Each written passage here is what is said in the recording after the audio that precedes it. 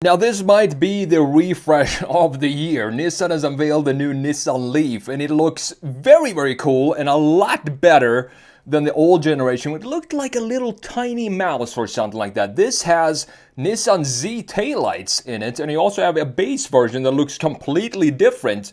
And we're gonna have a look at both of these, and also the old one right here in Photoshop in just a minute, and have a look at what's new with this Nissan Leaf. I mean, everything, as you can see, is brand new here. But before we do that, we gotta, of course, check out the spec and tech from Car Scoops here, linked down below. So let's see what this Nissan Leaf. Did I say Juke? Maybe I said Juke, I'm not sure, but I meant Nissan Leaf is all about. So Nissan takes a Leaf from the Z Coupe for its new EV. The fully electric Leaf promises a sleeker design paired with a family-friendly interior. Now the interior, I haven't really checked it out yet. I'm pretty sure they had dual screens. I just pasted the photos here. Yeah, of course we do have dual screens here. So the interior of the old one is probably my preferred interior in this case. So this is the third generation Leaf, arrives with fastback crossover styling and new tech. And it is Nissan's most aerodynamic model yet. It doesn't necessarily look like it. I mean, it does look like a blob. So I guess that is a shape if you want to have aerodynamic features. 214 horsepower. And a maximum range of 303 miles, which is honestly not that bad. And you also have fast charging. You have an entry-level model that comes out at 174 horsepower and 254 pound-feet of torque. You also have this 303 miles of range, which is great. Fast charging, add 155 miles in just 14 minutes. Pretty decent. When connected to the right charger, the battery can replenish 10 to 80% of its charge in 35 minutes. That is the number that keeps coming back for every single EV with fast charging. 10 to 80% in 35 minutes. That seems to be the standard. I wonder when that number is going to improve drastically, because 35 minutes is still a long time for a recharge break. You have LED headlights, 19-inch alloy wheels, and active grille shutters for to adjust the airflow, and a sporty tail which is reminiscent of the Nissan Z. You can see that right here. Pretty cool design, to be honest. And this 100% looks like a redesigned Nissan Ariya. Specifically in this view, you can see that it is built on the same platform as the Ariya, and it has a lot of similarities to the Ariya. And I honestly don't know it seems to be almost the same vehicle. This seems to be a little bit more base, I guess, but the design seems to be almost, the proportions are identical to the Ariya. I'm not sure which one is the better looking. I really like the Ariya's design as well. So the US spec Leaf gains a NACS compatible charging port. Great to see that. You have optional panoramic roof with an e-dimming function. You have the drag coefficient of 0.25 in Europe and 0.26 in the US and Japan. The reason for that is a different design of the side mirrors in Europe, and that, I guess, tweaks it by 1 point when it comes to drag coefficient. That is how important side mirrors are when you're designing a car. So it shares the CMF EV platform with the larger Ariya. I guess it's larger, but it looks to be the exact same size. You have flat floor and roomier cabin layout.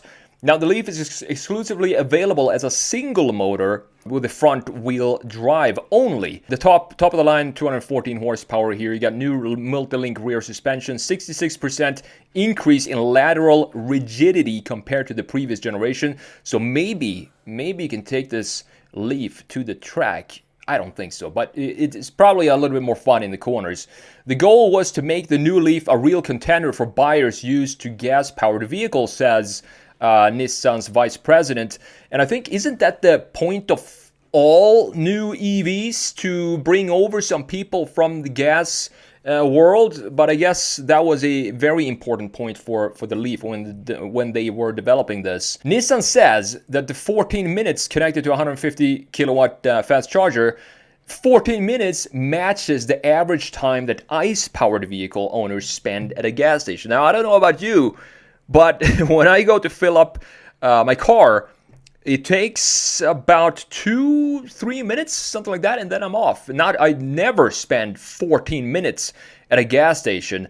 I don't think that's ever happened before for me. So Nissan has sold nearly 700,000 examples of the Leaf since 2010. And the 2026 Nissan Leaf will launch in the US this fall. And look at this color here. What a cool looking design. This is what I want to see, even though we do have the blob design, but this still has some sharpness to it in the lines and in the bodywork here. I do like the two-tone roof here as well. The wheels look decent.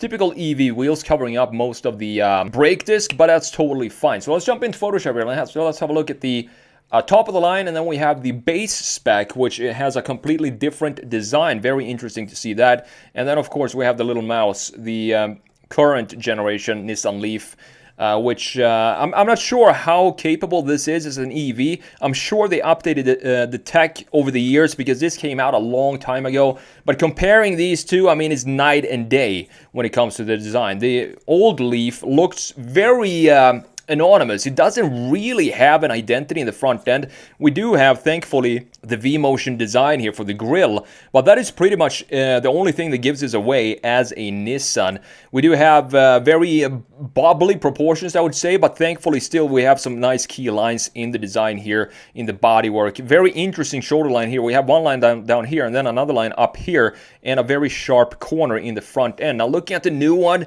looking super clean, and it definitely reminds me a lot, as I said, of the Aria. We have a new take on the V-Motion grille. Instead of having a grille, because we don't need it in an EV, we have these type of lights down here that still has a V shape to it. I think it looks very, very cool.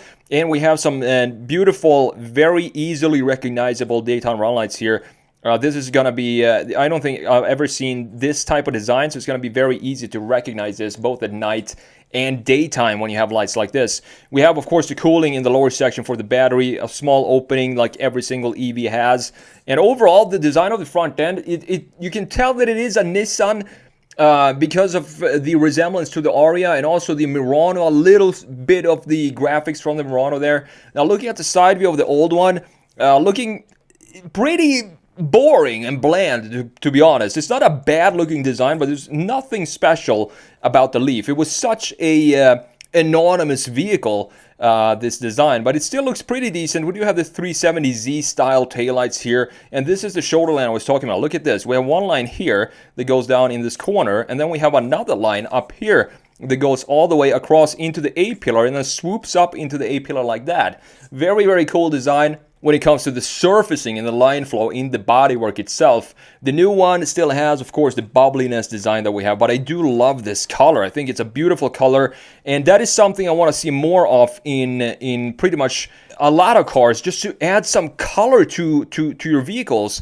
Now everything is white, black, or gray. It's a pretty boring landscape out there when you look at modern cars. We have the two-tone roof here as well, but the proportions definitely scream Aria to me. Looking at the rear end, this is my favorite view of the old Leaf because I do love these taillights that we have, the 370Z style taillights, and black roof here as well on the previous generation, looking pretty cool, specifically when you have this in white and the contrast that we have going on here. And here again, you can see this interesting line that we also have coming back in the front end right there. Looking at the rear end of the new Leaf, again, I mean, it's not even in the same category of car anymore. And they also added the, I like that they added the Z-style taillights in here, and also spells out Nissan, and that we have this be blacked out. It adds some contrast to this vehicle, and when you have a bright color like this, it looks pretty decent to me. I also like the shoulder line that we have here, very sculpted and chiseled design, and we have this lower section carved out with a black portion in the lower section of the side view. But you can see just how smooth the surfacing is. I think it's a pretty good looking EV. As I said, it does have the bubbliness to it, but for some reason the bubbliness works in this case with the new Leaf. I think it looks pretty cool. Now last but not least, the interior here. So the old one, beautiful looking interior. I don't think I have anything to complain about with the old interior of the Leaf. We have everything I'm looking for, as you know, climate settings being buttons, and a lot of buttons down here. I guess this is the gear selector down here. I haven't really been in a Leaf, so I'm not entirely sure. You have a small screen that is nicely integrated. It doesn't stick up like this, like a TV on the dash, and we have a gauge cluster that sits inside of a cave, also being analog. Beautiful interior by Nissan. Now we need to modernize this, and you know what that means. We're gonna slap in 2 big screens right here. That is exactly what we have in the Leaf, and this again just looks like a modernization or a facelift of the Nissan Ariya, for sure. It looks almost identical to it. We have the drive selectors here. Not a fan of buttons like this for the drive modes. I need to have something that moves. It feels more natural to just have something, a stalk behind the steering wheel, or just a regular gear selector in between the seats. But buttons like this, I've never been a fan of that. Other than that, I mean, it looks pretty decent in here. We have some ambient lighting, as you can see, and the steering wheel, not a fan of 2-spoke steering wheels like this either. It just looks, I don't know, it feels like it's missing the 3rd spoke in the bottom here, but it's just a matter of taste, I guess. Now, I wanted to show you this because they also have a completely new design or different design for the base version of the Nissan Leaf. You can see that right here. Look at these wheels. I'm not sure which one of these actually look the best, have the coolest vibe to it. You can see the biggest change happened back here in the rear end, where we don't have this blacked out feature like we have on the top of the line spec. Instead, the base one only gets a very interesting design for the taillights here, and it feels definitely like something is missing here. We need to have a connection because this abrupt endpoint for the taillights looks pretty weird to me. But again, I'm not sure which one actually has the most unique design to it. I think they both look pretty unique to me, and it looks very basic, specifically when you have the blacked out graphics in addition to the white exterior. It looks like a cheap spec, and that is exactly what it is for the Nissan Leaf in the base spec here. So to sum it up, I think Nissan has done a great job. I think they're hopefully coming back. They have some problems now financially to survive, and I think they were to merge with Mazda or Honda or something like that. There were talks about that, but I think that fell through. So I hope that they're still going to be alive, because Nissan has a great heritage of beautiful cars, and specifically sports cars. 240Z, the new Z is a fantastic sports car as well, and I hope that this will help boost the sales a little bit. Hopefully it does, maybe more so in Europe than here in the States, but the Leaf here is very, very, very popular. I know you can get some fantastic lease deals with the Leaf, and I do believe that the new one is going to offer some sort of the same deals like we have for the current Leaf that is on sale right now.